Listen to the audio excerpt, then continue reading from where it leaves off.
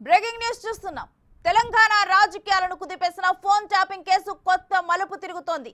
ఈ కేసు వివరాలను ఈడీ అధికారులు ఎప్పటికప్పుడు ఆరా తీస్తున్నారని సమాచారం. త్వరలో ఈ వ్యవహారంలో భారీగా చేతులు మారిన అక్రమ నగదు లావాదేవీల మీద విచారణకు ఈడీ వచ్చే అవకాశం ఉందని చర్చ జరుగుతోంది. ఈ కేసులో ఇప్పటి వరకు జరిగిన దర్యాప్తు మీద తెలంగాణ పోలీసులు నాంపల్లి కోర్టులో ఛార్జ్ షీట్ దాఖలు చేశారు. దీంతో ఈడీ రాక ఖాయమనే వాదన మొదలైంది.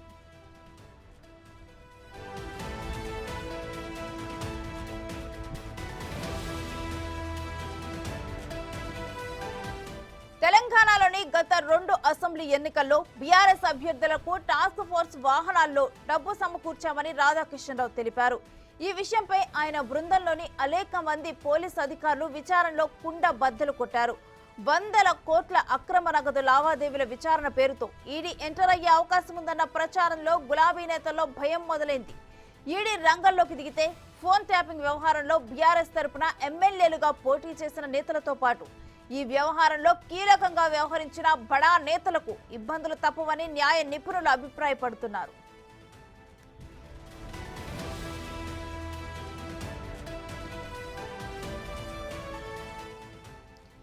ఈ కేసులో ఇప్పటి వరకు జరిగిన దర్యాప్తు మీద తెలంగాణ పోలీసులు నాంపల్లి కోర్టులో ఛార్జ్ షీట్ దాఖలు చేశారు.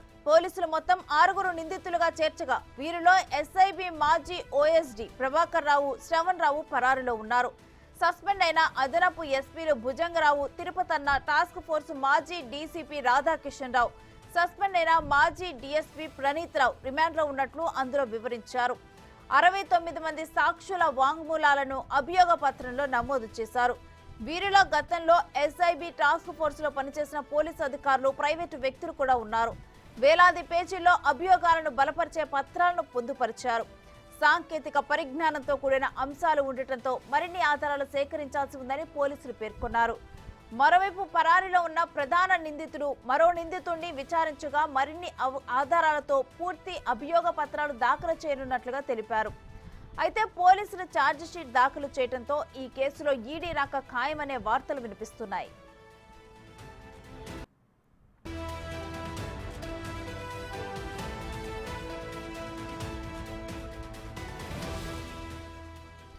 ఈ కేసు విచారణలో నిందితులు చెప్పిన దాన్ని బట్టి 2018, 2023 అసెంబ్లీ ఎన్నికల్లో బీఆర్ఎస్ అభ్యర్థులకు టాస్క్ ఫోర్స్ వాహనాల్లో డబ్బులు రవాణా అయ్యాయి. ఒక్కో నియోజకవర్గానికి 15 కోట్లు టాస్క్ ఫోర్స్ వాహనాల్లో రవాణా చేశారు అనే ఆరోపణలు ఉన్నాయి. తెలంగాణలోని 119 స్థానాలకు గాను 50 నియోజకవర్గాల్లో డబ్బులు రవాణా చేసిన ఆ మొత్తం 750 కోట్లు ఉండే అవకాశం ఉంటుంది. 2018, 2023 ఎన్నికల్లో కలిపి 1700 కోట్లు ఉండే అవకాశం ఉంది. బీఆర్ఎస్ ప్రభుత్వం ఉప ఎన్నికల్లో ఎక్కువ మొత్తంలో డబ్బులు ఖర్చు చేసింది. ఉప ఎన్నికలతో కలిసి మొత్తం 2000 కోట్లు ఉంటుందని అధికారులు అంచనా వేస్తున్నారు. ఆ నగదును ఎవరెవరు రవాణా చేసి ఉంటారన్నది తేలాల్సి ఉంది.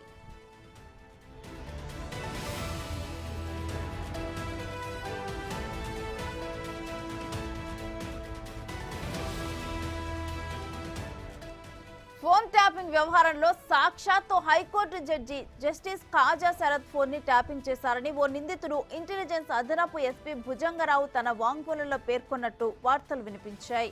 ఈ నేపథ్యంలో హైకోర్టు సంచలన నిర్ణయం తీసుకుంది. పలు పత్రికల్లో వచ్చిన కథనాలను సుమోటోగా విచారణకు స్వీకరించింది.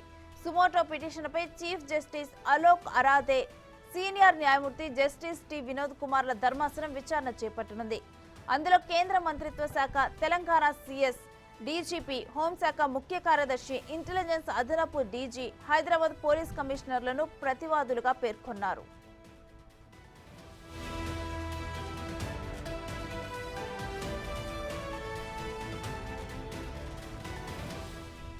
ఫోన్ ట్యాపింగ్ కేసులో ప్రధాన నిందితులుగా ఉన్న ప్రభాకర్ రావు, శ్రవణ్ కుమార్ విదేశాలకు పరారయ్యారు. వారిని వీలైనంత త్వరగా స్వదేశానికి తీసుకొచ్చేందుకు తెలంగాణ పోలీసులు క్రియాశీలకంగా వ్యవహరిస్తున్నారు. ఇప్పటికే ఈ కేసులో సిఐడి రెడ్ కార్నర్ నోటీసులను జారీ చేయగా ఈ కేసులో పోలీసులు సాధించిన పురోగతిని ముఖ్యమంత్రి రేవంత్ రెడ్డి హైదరాబాద్ నగర పోలీస్ కమిషనర్ కొత్తకోట శ్రీనివాసరెడ్డిని అడిగి తెలుసుకున్నట్లు తెలుస్తోంది. కీలక నిందితులను వీలైనంత త్వరగా తీసుకొచ్చి విచారణ చేపడితే ఈ కేసులో ప్రధాన సూత్రధారులు, పాత్రధారులు ఎవరన్నది స్పష్టంగా తేలనుంది.